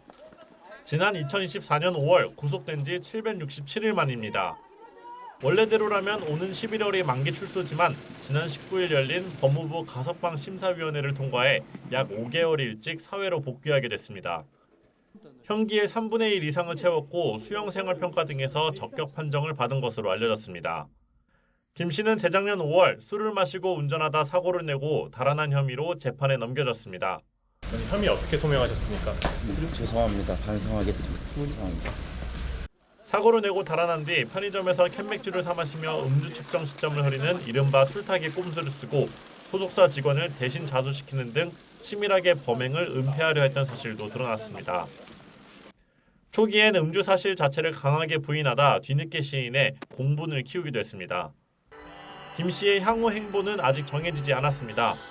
가석방 기간 공영방송 등 지상파 출연은 어려울 거로 보이지만 유튜브 채널을 운영하거나 개인 공연을 여는 등 영리 활동에는 법적인 제약이 없습니다. 앞서 김 씨는 출소를 2달 앞둔 지난 4월 팬들에게 보낸 편지에서 오지 않는 봄은 없다며 다시 노래하겠다는 강한 의지를 밝힌 바 있습니다. 하지만 도덕적 치명상을 입은 만큼 당장 대중의 다친 마음을 돌리기는 쉽지 않을 것으로 보입니다. YTN 권준수입니다. 경기 수원 권선경찰서는 이른바 마약 의심 영상 속에 등장한 30대 남성 A씨가 국립과학수사연구원의 소변 정밀 감정에서도 음성 판정을 받았다고 밝혔습니다. 경찰은 A씨의 소변에 대한 정밀 감정에서도 필로폰이나 펜타닐 등의 성분이 검출되지 않았다며 앞선 마약 간이 검사에서 필로폰 양성 반응이 나왔던 원인을 규명할 방침이라고 설명했습니다. 경찰은 또 A씨의 모발에 대해서도 국과수 정밀 감정이 진행 중이라며 이 감정 결과까지 종합적으로 검토해 수사를 종결할 방침이라고 말했습니다. 카카오 노조가 영업이익의 13에서 15% 수준의 성과급을 요구하며 하루 동안 파업을 했습니다. 산업계 곳곳에서 이른바 N% 성과급 요구가 빗발치는 가운데 현대차 노조도 지난해에 이어 2년 연속 파업 기로에 놓였습니다. 박기환 기자가 보도합니다. 월요일 오전 출근한 직원들로 분배해야 할 시간, 카카오 본사 앞이 한산합니다. 카카오와 카카오페이 등 5개 법인 노조가 로그아웃데이 하루 전면 파업에 나섰습니다. 지난 10일 창사일의 첫 부분 파업 이후에도 노사 간극이 좁혀지지 않자 휴가 제도 등을 활용해 근무를 거부한 겁니다. 누군가의 보상차별은 곧 우리의 보상차별이 될 것입니다. 오늘의 파업은 끝이 아니라 시작입니다. 카카오 노조는 카카오 등 5개 법인 임직원의 3분의 1, 2,100명이 파업에 참여했다고 주장했습니다. 카카오사 측은 본사 기준 800명 정도, 대략 20%만 파업을 위해 연차를 쓴 것으로 추산했습니다. 노조 주장의 핵심은 기존 주식 보상 제도와 함께 영업이익의 13%에서 15%를 성과급으로 지급하라는 것입니다. 카카오뿐만이 아닙니다. SK하이닉스와 삼성전자 등 반도체 업계의 이른바 M% 성과급 합의 이후 비슷한 요구가 곳곳에서 잇따르고 있습니다. 단일 사업장 기준 국내 최대 노조가 있는 현대자동차는 2년 연속 파업 기로에 놓였습니다. 현대차 노조는 임금과 상여금 인상과 더불어 순이익의 30% 성과급 지급을 요구하면서 최근 합법적 쟁의권까지 확보했습니다. 조합원 과반 이상의 파업 찬성을 얻어낸 데 이어 중앙쟁의대책위원회에서 구체적인 파업 규모와 계획 등을 논의할 예정입니다. 파업이 현실화한다면 16시간 파업으로 대략 3천억 원 수준의 손실을 낸 지난해에 이어 2년 연속 대규모 피해가 불가피합니다. 대미관세 부담에 중국의 전기차 공세 등 경쟁이 심화하는 가운데 브랜드 가치 손상이 우려되는 상황입니다. 저는 이게 장기화됐을 때는 기업에 상당한 이제 피해와 동시에 국가 경제적으로도 결코 국민들한테도 도움이 되지 않는다라는 것. 지금 성과급 이슈가 파업으로 번지는 것은 좀 자제하고. 여기에 최근 노란봉투법 시행 이후 하청업체 노조가 원청을 상대로 임금 협상을 요구하는 사례도 잇따르며 산업계의 고민이 깊어지고 있습니다. YTN 박견입니다. 네, 오늘 발표된 정부의 프로젝트대로 서남권의 대규모 반도체 생산단지를 조성하려면 안정적인 전력과 용수 확보, 그리고 인재 유치가 핵심 과제로 꼽힙니다. 정부는 전기와 물을 차질 없이 공급하는 건 물론 교육과 의료 등 정주 여건도 개선하겠다고 약속했습니다. 손효정 기자의 보도입니다. 800조 원을 투자해 호남 지역의 메모리 반도체 공장 4기를 짓기로 한 삼성전자와 SK하이닉스. 무엇보다 반도체 공장 운영에 필요한 전기와 물을 안정적으로 공급해달라고 정부에 요청했습니다. 전력과 용수는 AI 시대의 가장 중요한 산업 인프라로 안정적 공급 및 경쟁력 있는 가격으로 국가가 직접 국가 산단까지 공급을 보장해 주시면 반도체 생산의 또 다른 핵심, 인재를 호남에 정착시키기 위한 교육과 생활 여건 개선도 필요하다고 강조했습니다. 좋은 고등학교, 굉장히 좋은 초등학교, 중학교들이 있으면 굳이 서울 가지 않고 아니 수도권 가지 않고도 조기에 이렇게 좀 정착하는데 큰 도움이 될 것 같아서. 정부는 반도체 공장 4기를 가동하려면 하루에 전력 6.3기가와트와 공업 용수 65만 톤이 필요할 것으로 추산했습니다. 대형 원자력 발전소 4개 반의 발전량에 맞먹는 전력이고 하루 212만 명이 사용할 수 있는 물의 양입니다. 정부는 호남권의 풍부한 재생에너지와 원전을 기반으로 전력을 공급하고 송전망 등 전력 인프라를 확충하겠다고 밝혔습니다. 용수는 기존 댐의 여유 물량과 수계 조정을 통해 하루 최대 100만 톤까지 공급할 수 있다고 설명했습니다. 6.3기가의 전력과 65만 톤의 용수를 적기에 차질 없이 공급할 수 있도록 하겠습니다. 그 이상의 물과 전기도 미리 준비해 놓을 수 있도록 하겠습니다. 또 의료와 문화시설 등 정주 여건을 개선해 살고 싶은 도시를 만들고 교육 수준도 끌어올리겠다고 답했습니다. 그러니까 인재 수급 여건을 개선하는 건 정부가 해야 될 가장 중요한 일이고 사실은 그곳에 공장을 만드는 게 목표가 아니고 해당 지역에 사람이 많이 살게 하는 게 정부 정책의 목적입니다. 다만 변동성이 큰 재생에너지를 안정적으로 생산, 저장할 수 있는 기반을 갖추고 가뭄이 잦아지는 호남권에서 용수 확보가 계획대로 이뤄질 수 있을지는 여전히 변수로 꼽힙니다. YTN 손효정입니다. 강훈식 대통령 비서실장은 정부가 발표한 서남권 반도체 클러스터를 이번 정부 임기 안에 완공하는 걸 목표로 하고 있다고 밝혔습니다. 강 실장은 오늘 청와대에서 열린 국민보고회 뒤 브리핑에서 이번 프로젝트는 역사적 과업인 만큼 반드시 성공한다는 확고한 의지를 갖고 있다며 이같이 말했습니다. 또 이는 지방 투자의 신호탄이 될 거라고 강조하며 다른 지방 정부도 지역 특색에 맞는 핵심 산업 육성 투자 방안을 연구해 주길 부탁한다며 중앙 정부가 적극적으로 지원하겠다고 약속했습니다. 수백조 원이 투입되는 신규 반도체 산업 후보지로 광주를 비롯한 호남권이 최종 선정됐습니다. 알짜배기 산업이 호남에 집중되면서 유치 경쟁을 벌였던 다른 지역들은 거세게 반발하고 있습니다. 김근우 기자가 보도합니다. 반도체 클러스터 후보지가 호남으로 결정되자 다른 지자체들은 즉각 반발하고 나섰습니다. 특히 땅을 3.3제곱미터당 1,000원에 내주겠다는 파격적 제안까지 내걸었던 경북 구미에선 허탈감을 감추지 못합니다. 뭐 좋은 일자리 또 더 많은 일자리 창출도 되고 또 자라나는 우리 아이들이 일할 수 있는 환경이 더 많아지지 않을까 하는 생각도 했는데 그렇지 못하다는 점에서 많이 아쉬워하는 것 같아요.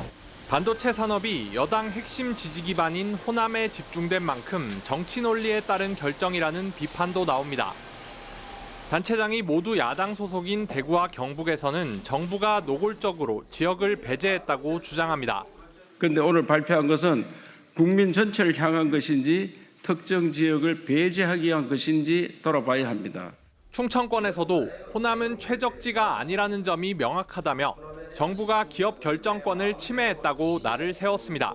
종합적인 그런 계획 하에 약간 전남으로 뭘 갈 것인가 하는 그런 고민을 해야지 지금 반도체 산업이 호황을 누린다고 해서 적지가 아닌 그런 전남으로 가는 건 적절치 않고 경기에서는 용인 등의 기존 반도체 프로젝트가 흔들리지 않았다고 안도하면서도 정부가 기업을 압박해 비수도권 입지를 강요한 것 아니냐는 의구심도 제기합니다. 차세대 개혁위원회가 공론화를 또 주장을 해서 용인 국가산단을 흔들려고 했던 거죠. 왜 용인에는 공론화 주장을 하고 호남에 대한 신규 투자는 공론화하자는 말을 안 하고 있습니까? 수도권 집중 해소란 명목으로 특정 지역에 특혜를 줬다는 비판이 이어지면서 선정을 둘러싼 후폭풍은 쉽게 가라앉지 않을 전망입니다. YTN 김근우입니다. 정부는 향후 3년을 피지컬 인공지능의 골든타임으로 설정하고 세계 최고를 목표로 대대적인 투자를 약속했습니다. 기업들은 1강, 초격차를 언급하며 여러 아이디어를 쏟아냈습니다. 장하영 기자입니다. 정부가 3년 안에 피지컬 인공지능 1강, 즉 세계 1등으로 도약하기 위해 독자적인 범용 모델을 개발합니다. 1강이 되기 위해서 앞으로의 3년이 골든타임이라고 생각합니다. 국가 전략 산업으로 이 피지컬 AI를 지정해서 가장 큰 과제로 데이터 부족을 꼽았습니다. 10만 년치 데이터를 확보한 생성형 AI와 달리 피지컬 AI 데이터는 만시간 수준이라며 대규모 합성 데이터 생산에 집중 투자하겠다고 밝혔습니다. 국민보고회에 참석한 AI 로봇 기업 대표들은 즉각 아이디어를 쏟아냈습니다. 현장 작업자의 동작을 원시 데이터로 팔고 살 수 있도록 하자는 제안이 나왔습니다. 가슴팍에 그 바디캠을 장착을 하는 거거든요. 그걸 통해서 그 카메라의 시야각에 들어오는 매니플레이션을 할 수 있는 데이터를 취득을 해서 그거를 정부가 그 데이터를 마치 쌀을 수매하는 것처럼 수매를 하시는 겁니다. 최근 오픈소스로 공개한 피지컬 AI 파운데이션 모델에서 엔비디아를 제치고 1위를 차지했다는 기업 대표는 연합군 결성을 제안했습니다. 현재 정부가 대규모 언어 모델 AI를 대상으로 진행하고 있는 국가대표 선발 프로젝트를 피지컬 AI에도 만들어달란 요구입니다. 연합군이 만들어질 수만 있으면 이 1위를 계속 수성할 수 있고 초격차를 만들어낼 수 있을 거라 생각합니다. 그래서 아예 피지컬 AI 기반 공장을 통째로 지어주는 수출 모델을 새 국가 성장 전략으로 제시하는 목소리도 있었습니다. 공장을 턴키로 지어줄 수 없느냐 이런 요청이 상당히 많습니다. 남이 만든 수요가 아닌 저희가 수요를 직접 만들어서 첨단 공장을 지으려면 대한민국이다. 피지컬 AI 1강이라는 정부 목표에 현장 기업인들은 구체적인 전략과 자신감으로 화답했습니다. YTN 장하영입니다. 지난 2018년 지방선거를 앞두고 공천을 대가로 1억 원을 받은 혐의로 재판에 넘겨진 건진 법사 전성배 씨에게 법원이 무죄를 선고했습니다. 1심 재판부는 전 씨가 받은 돈을 정치자금으로 볼 수 없다고 판단했습니다. 배민혁 기자입니다. 지방선거를 앞두고 예비 후보에게 공천을 대가로 1억 원을 받은 혐의를 받는 건진 법사 전성배 씨가 1심에서 무죄를 선고받았습니다. 재판부는 우선 전 씨가 돈을 받은 사실은 인정하면서도 그 돈이 정치활동에 쓰일 것으로 명확하게 예상됐다고 보기는 어렵다며 정치자금에 해당하지 않는다고 판단했습니다. 그러면서 설령 정치자금에 해당한다고 보더라도 처벌을 위해서는 정치활동을 하는 사람에게 자금이 제공돼야 하는데 검찰의 증거만으로는 전달 여부를 확정하기 어렵다고 설명했습니다.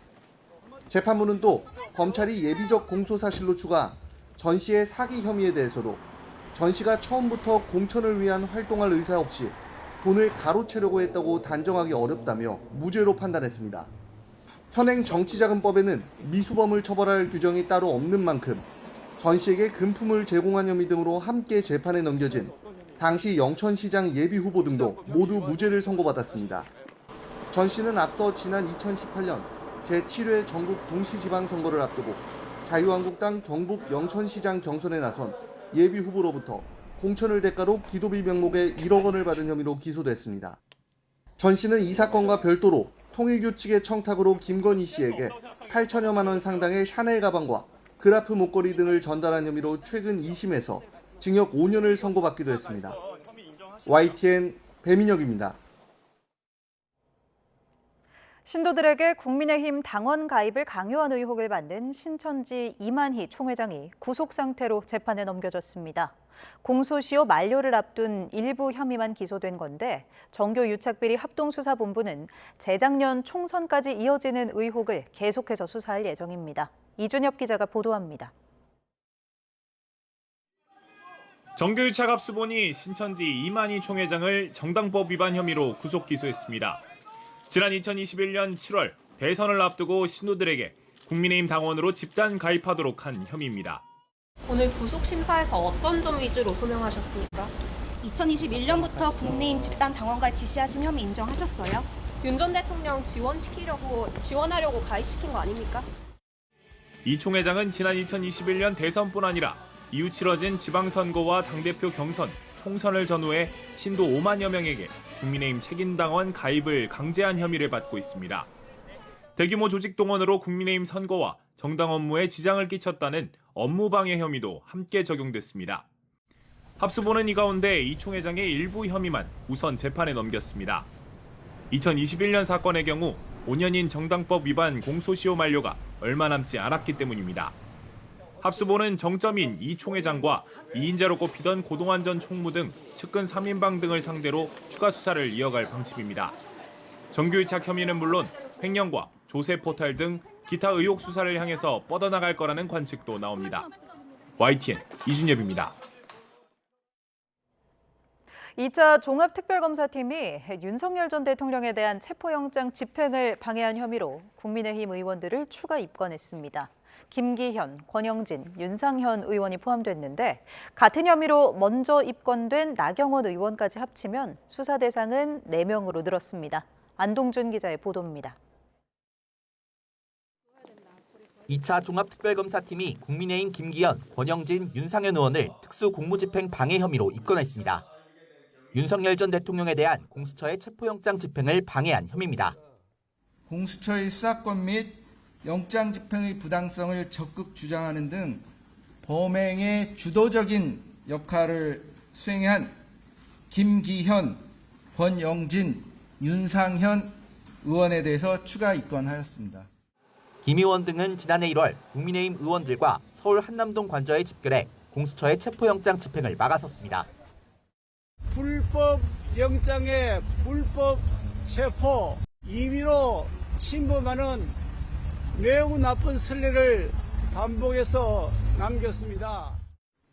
특검은 당시 물리적 충돌은 없었지만 스크럼을 짜거나 출입을 방해하는 행위가 공무집행 방해 행위로 볼 수 있다고 판단했습니다. 국민의힘은 내란 특검에서도 무혐의 취지로 각하했던 사건이라면서 즉각 반발했습니다.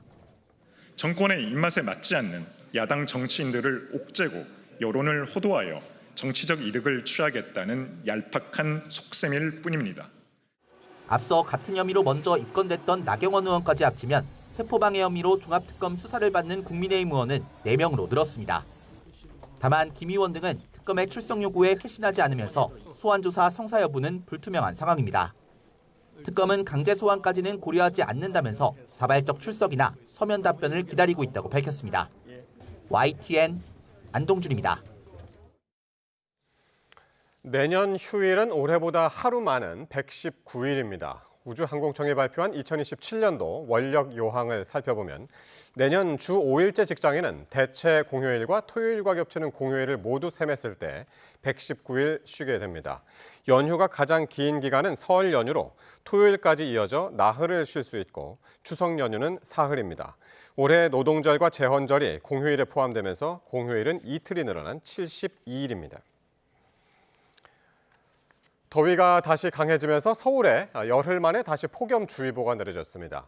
예년보다 늦어지고 있는 장마는 모레 제주에서 시작될 가능성이 있습니다. 김민경 기자의 보도입니다. 강한 햇볕이 내리쬐는 한낮, 공원을 찾은 시민들은 양산과 모자, 마스크로 뜨거운 햇볕을 피합니다. 더위가 다시 기승을 부리면서 서울에는 열흘 만에 폭염주의보가 내려졌습니다. 서울을 비롯해 경기 15곳과 인천 강화, 세종, 충북 청주, 충남 공주에도 폭염주의보가 발효됐습니다. 서울은 32.5도까지 올랐고 경기 하남 덕풍동은 35.3도, 충남 공주 유구읍은 34.5도를 기록하는 등 특보가 내려진 지역을 중심으로 33도 안팎의 더위가 나타났습니다. 한여름 수준의 더위는 당분간 이어질 걸로 보입니다. 30일 화요일 고기압의 영향으로 대체로 맑은 가운데 햇볕에 의해 기온이 올라 전국 내륙 지역의 낮 최고 기온이 30도 이상인 곳이 많겠습니다. 예년보다 열흘가량 늦어진 장마는 모레 제주에서 시작될 가능성이 있습니다. 일부 수치 예보 모델은 제주 남쪽 해상에 머물고 있는 정체전선이 수요일쯤 제주까지 북상할 걸로 예측했습니다. 다만 남쪽의 열대요란이나 저기압 발달 등 기압계 변수가 많아 장마 시작 시점은 유동적입니다. 장마철 시작은 비의 유무뿐만 아니라 북태평양 고기압과 정체전선 등 기압계가 형성됐는지를 종합적으로 판단합니다. 현재는 기압계 변동성이 큰 상황이어서 조금 더 분석이 필요합니다. 장마가 6월을 넘긴다면 기상청이 전국적인 기상 관측을 시작한 1973년 이후 세 번째로 7월 장마가 됩니다. YTN 김민경입니다. 지난주 서유럽을 가마솥 더위로 몰아넣었던 열 도움이 동쪽으로 이동했습니다. 독일과 체코, 폴란드 등지에 기록적인 폭염이 덮치면서 비상에 걸렸습니다. 권준기 기자입니다. 살수차로 몰려드는 사람들. 몸을 흠뻑 적셔도 더위는 가시지 않습니다. 관광객들은 그늘을 찾아 연신 부채질을 해보지만 에어컨이 귀한 유럽의 폭염은 잔인하기만 합니다. Very little air conditioning in my flat. There's no air conditioning, so I keep the curtains closed all day and I open the windows at night to be a little more cool. 독일 프랑크푸르트에서 열린 철인 3종 경기는 달리기 코스를 그늘로 옮기고 사이클 거리를 단축해야 했습니다. 폭염에서 선수를 보호하기 위한 조치입니다. Nee, ist zu viel. Also ich würde mich freuen, wenn es 10 Grad kühler wäre. Ja. 독일에선 브란덴부르크 기온이 42도에 육박하며 사흘 연속 사상 최고 기록을 경신했고 체코, 폴란드도 40도 넘는 가마솥 더위를 처음 경험하고 있습니다. 지난주 서유럽을 달궜던 습한 열돔이 동쪽으로 이동하며 전례 없는 폭염에 시달리고 있는 겁니다. Your ability of the human to sweat and to evaporate that sweat that regulates ultimately our body temperature. And it's been a very humid heat. So it's not just the temperature, it's also that humidity. WHO는 지난주부터 고온으로 인한 초과 사망자가 유럽에서 1,300명을 넘어선 것으로 파악했습니다. 더위병은 침묵의 살인자라고 경고하며 냉방기구 보급이 부족한 유럽의 폭염 대비책을 촉구했습니다. YTN 권준기입니다. 잠실 개표소 불법 행위로 경찰 수사 선상에 오른 대상자가 130여 명에 달하는 것으로 집계됐습니다. 미신고 집회가 3주 넘게 이어지고 있지만 경찰은 대책에 대해서 종합적인 검토가 필요하다며 신중한 태도를 유지하고 있습니다. 김희영 기자가 보도합니다. 잠실 개표소 시위가 3주 넘게 이어지는 가운데 경찰이 불법 행위로 수사 선상에 올린 대상자는 모두 139명입니다. 업무방해와 취재방해, 모욕 등 모두 57건으로 경찰은 피해자 신원 파악에 속도를 내고 있습니다. 먼저 체육단체의 경기장 출입을 방해한 혐의를 받는 9명 가운데 7명, 유소년 핸드볼 선수의 소지품을 수색하려 한 5명의 신원이 특정됐습니다. 취재기자 폭행 사건과 관련해서는 가담자 3명이 추가돼 6명 가운데 5명의 신원이 확인됐습니다. 이 밖에 경찰관 모욕과 공무집행방해 등 11건, 시위 참가자 간 폭행과 공중협박 등 43건에 대해서도 수사가 진행 중입니다. 주체 없는 미신고 집회가 길게 이어지면서 민간 피해도 눈덩이처럼 불어나고 있지만 경찰은 여전히 신중한 입장입니다. 참정권 침해에 목소리를 내는 시민이 개별적으로 모인 매우 특수한 상황인 만큼 구체적인 대책은 종합적인 검토가 필요하다는 겁니다. 다만 명백한 불법 행위에 대해선 단호하게 대처하겠다는 입장을 재확인했습니다. 구속이 필요하면 적극적으로 신병 확보도 검토하겠다는 방침입니다. 실제로 현장 경찰관에게 욕설하고 침을 뱉은 40대 여성이 공무집행방해 혐의로 구속되기도 했습니다. 경찰은 지금까지 시위 현장에 200여 개 기동대 부대를 투입해왔다며 앞으로도 상황이 안정될 때까지 적정 수준의 경력을 유지하겠다는 계획입니다. YTN 김희영입니다. 서울 송파경찰서는 오늘 낮 12시쯤 개표소 봉쇄 시위가 진행 중인 서울 송파구 올림픽공원 핸드볼 경기장 근처에서 연습용 수류탄으로 의심되는 물체가 있다는 신고를 접수했습니다. 경찰 확인 결과 해당 물체는 기폭장치가 제거돼 폭발 위험은 없는 연습용 수류탄인 것으로 드러났습니다. 경찰은 수류탄을 수거하고 현장에서 발견된 경위 등을 조사하고 있습니다. 더불어민주당이 투표용지 부족 사태 관련 특검 추진을 당론으로 추진하기로 했습니다. 국민의힘은 환영 뜻을 밝혔는데 다만 22대 국회 하반기 원 구성은 표류하고 있어 민주당의 단독 추진 가능성이 거론됩니다. 보도에 황보혜경 기자입니다. 투표용지 부족 사태가 불거진 지 어느덧 27일째, 민주당이 진상규명과 책임자 처벌을 위한 특검법을 당론으로 발의하기로 했습니다. 국회 국정조사와 검경 합동수사본부 수사 결과를 지켜본 이후 판단하겠다던 입장에서 한 발짝 나아간 겁니다. 참정권 훼손에 대한 비판 여론을 달래고 동시에 선관위 감사 등 원포인트 개헌이 필요한 만큼 협조를 끌어내기 위한 선제 조치로 풀이됩니다. 직무유기와 허위 보고, 책임 회피 여부까지 밝히기 위해 독립적인 특검 수사가 필요합니다. 그동안 특검 도입을 강력히 요구해온 국민의힘은 특검 수용을 환영한다면서도 면피용이 안 되려면 야당 추천 특검을 임명해야 한다고 강조했습니다. 장동혁 대표는 나아가 잠실 개표소 집회에 참여한 2030 청년들을 만나 재선거 카드를 또 외쳤습니다. 컨닝을 하다 걸리면 시험지 전부가 빵점이지 컨닝한 문제만 오답으로 처리하는 경우는 없습니다. 선관위를 입주 청소 수준으로 완전히 청소하고 선관위 개혁은 한 목소리지만 후반기 원구성은 법제사법위원장을 둘러싼 힘겨루기 끝에 시한을 또 넘겼습니다. 민주당은 이번 달 안에 원구성을 매듭 짓겠다며 18개 상임위원장을 모두 가져오는 방안도 검토하고 있습니다. 허울좋은 협상을 구실로 허송세월을 하는 국회를 참아주실 국민은 계시지 않습니다. 민주당이 먼저 국회를 가동하겠습니다. 국민의힘은 여당이 이재명 대통령 공소 취소를 위해 법사위를 장악하려 한다고 주장하며 국회 사유화를 멈추라고 반발했습니다. 우회 독재, 상임위 강행, 민주당을 규탄한다. 또 조정식 국회의장이 일방적으로 상임위 배정 명단을 짜서 팩스로 통보했다며 민주당 강성당원 선언이라고 비판했는데 국회의장실은 사실이 아니라고 반박했습니다. 국회는 내일 본회의에서 한성수 국무총리 후보자 인준과 상임위원장 선출에 나설 거로 보입니다. 민주당 단독 처리 가능성이 커지는 가운데 여야 모두 비상대기령을 내려 전운이 고조되고 있습니다. YTN 황보혜경입니다. 8월 전당대회를 앞둔 더불어민주당에서 누가 당 역사와 정신을 계승한 적자인지를 놓고 당권 주자들이 충돌했습니다. 17년 전 노무현 전 대통령 장례식장에 정청래 전 대표가 갔는지 진실 공방이 벌어졌습니다. 임성재 기자의 보도입니다. 민주당 유력 당권 주자로 거론되는 송영길 의원이 노무현 퀴즈를 자처한 정청래 전 대표를 정조준했습니다. 경쟁자인 김민석 총리를 공격하려고 적통을 따지는 것 같은데 그런 말을 할 자격 자체가 없다고 직격한 겁니다. 정청래 대표는 완전히 노무현 대통령과 등을 져서 장례식에 참석도 못했어요. 과거 비슷한 의혹 제기에도 언급을 자제하던 정 전 대표, 이번엔 불편한 심기를 드러냈습니다.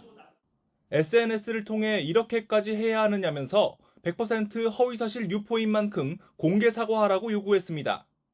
또 자신의 명예를 위해 할 수 있는 조치를 하겠다며 지금의 상황이 서글프다고 강조했습니다. 네, 사과하시겠죠. 제 앞에서 백원 의원이 이렇게 서류 같은 거 종이 뭉치를 들고 이명박 대통령에게 항의하는 장면도 봤고요. 이재명 대통령의 중도 확장 노선을 지지층은 원치 않은 재건축으로 규정한 유시민 작가의 발언을 놓고도 집안 싸움은 확전을 거듭하고 있습니다. 정세 파악이 안 된 것 같은데 자신감이 지나치다. 내란 세력의 이익인 파묘는 부적절하다 등 날선 목소리와 함께 이 결정은 국민이 한다는 청와대의 반응까지 나왔습니다. 개별 주택의 문제일 경우에는 그 증축이나 재개발, 재건축을 하게 되는 거고 지역 전체가 문제일 때는 도시 재생이라든지 또는 재개발을 하게 되잖아요.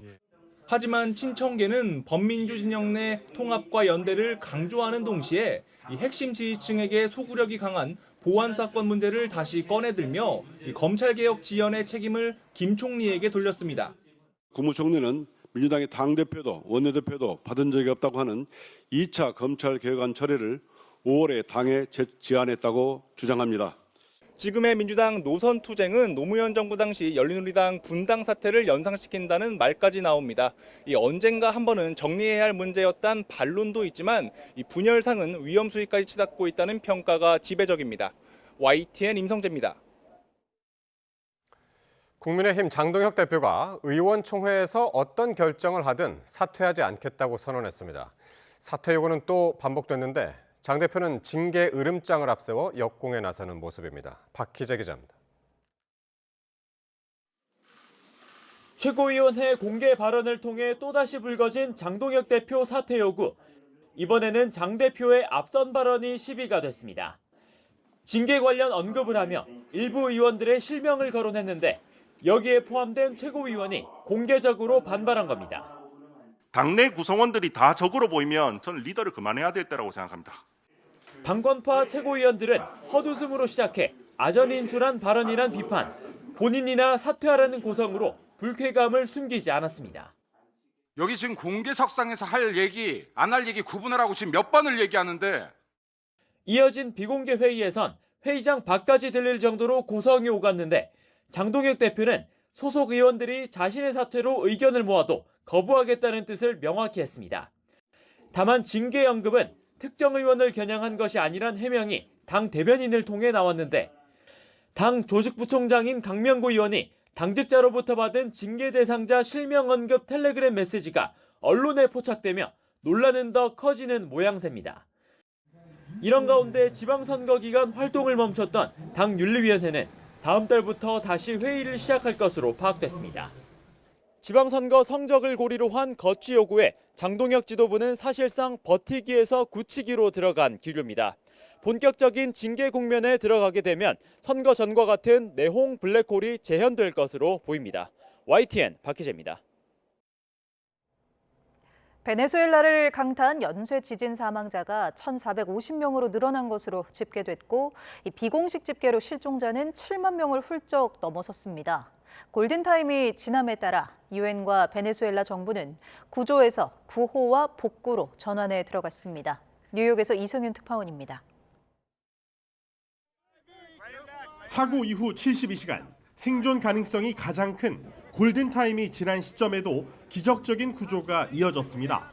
미국과 멕시코, 스위스, 콜롬비아, 스페인, 에콰도르, 칠레 등 각국에서 모인 구조대원 1,600명이 활동에 나선 덕분입니다. 하지만 지진 사망자 수도 늘고 있습니다. 민간 웹사이트에 신고된 비공식 실종자 수는 7만 명을 훌쩍 넘어섰습니다.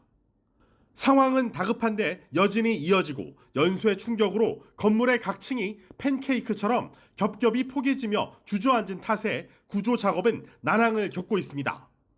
베네수엘라의 최대 공항인 시몬 볼리바르 국제공항이 부분적으로 운영을 재개해 구조와 구호 지원에 숨통이 트인 건 그나마 다행입니다.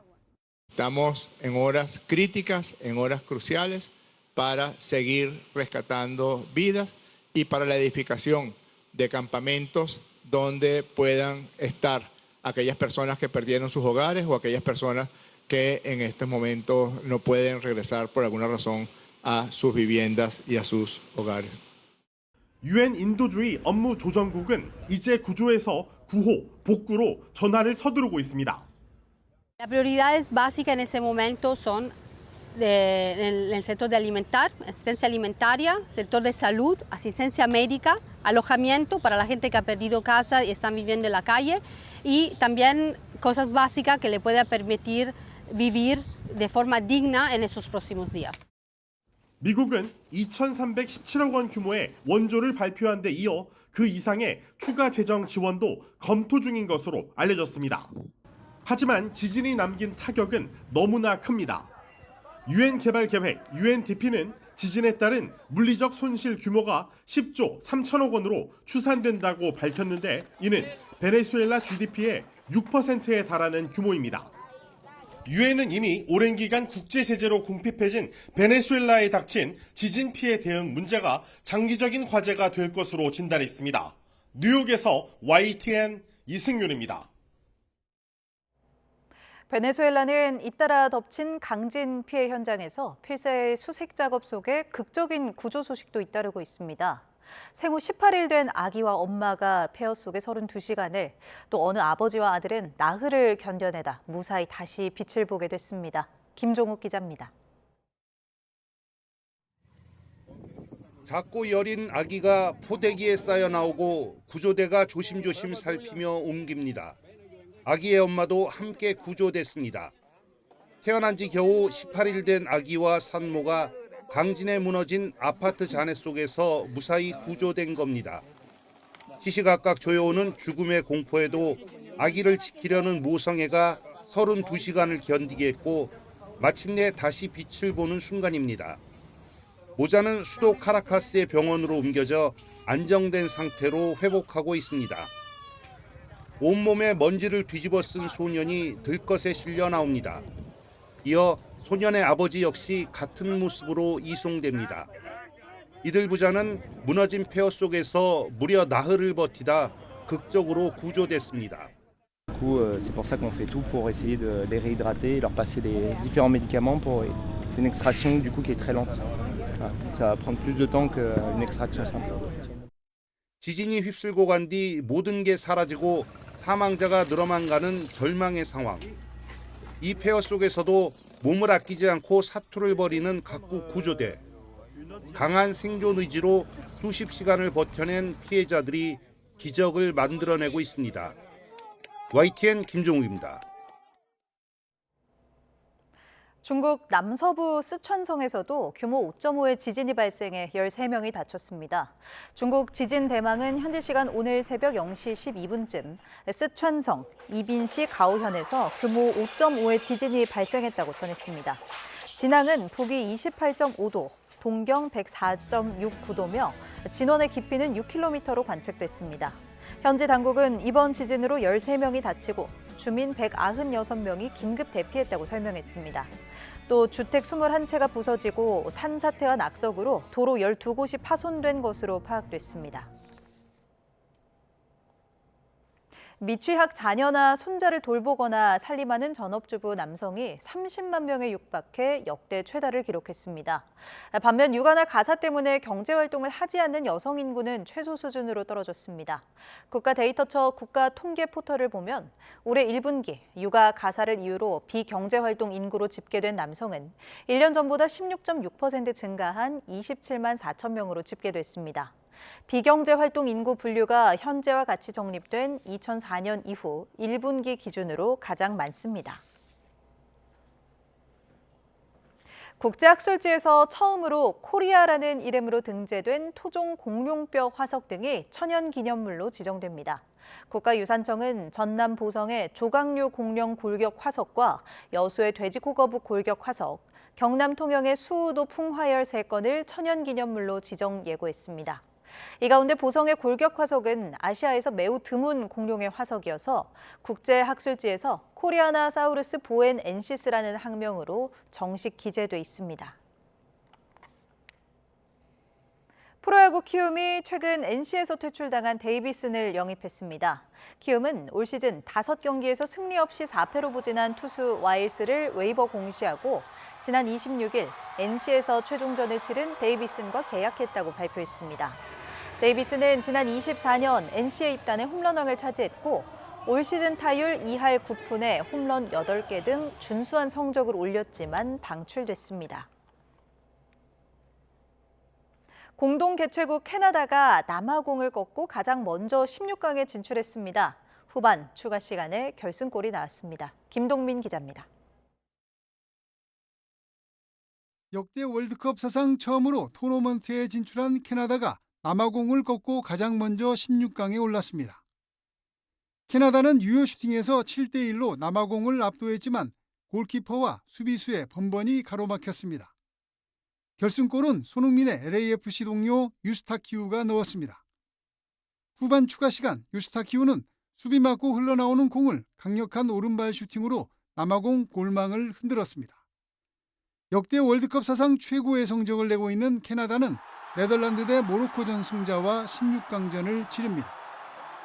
The atmosphere was amazing. When the goal happened, it just felt like everything exploded. Just jumping up, celebration.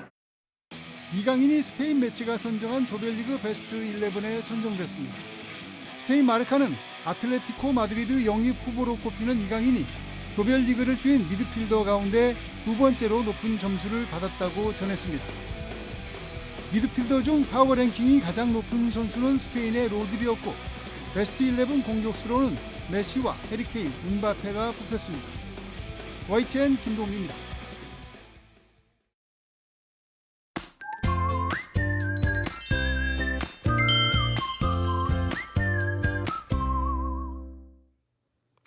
네, 이미 한여름처럼 더웠던 날이 많아서 더위에 익숙해지셨을 텐데요. 내일도 오늘만큼 기온이 오르겠습니다. 서울 낮 기온이 33도로 평년보다 5도나 높겠습니다. 기온이 크게 치솟으면서 대기가 불안정해져 내륙 곳곳에는 5에서 40mm의 소나기가 내리겠습니다. 시간당 20mm 안팎으로 강하게 쏟아지는 곳도 있겠고 돌풍과 벼락, 우박이 동반될 수 있겠습니다. 내일 중부지방은 구름만 간간히 지나겠고 남부지방은 오후부터 점차 흐려지겠습니다. 제주도는 종일 흐린 가운데 빗방울이 떨어지는 곳이 있겠습니다. 아침 기온은 오늘과 비슷하겠습니다. 서울 22도, 안동 18도, 전주 21도로 예상됩니다. 낮 기온도 오늘과 비슷하겠는데요. 서울과 청주 33도, 대구 32도, 부산은 26도로 예상됩니다. 당분간 30도를 웃돌며 덥겠고 모레는 남해안과 제주도에 비가 내릴 전망입니다. 날씨 정보였습니다. 월요일 뉴스나이트 마칩니다. 시청해주신 여러분 고맙습니다.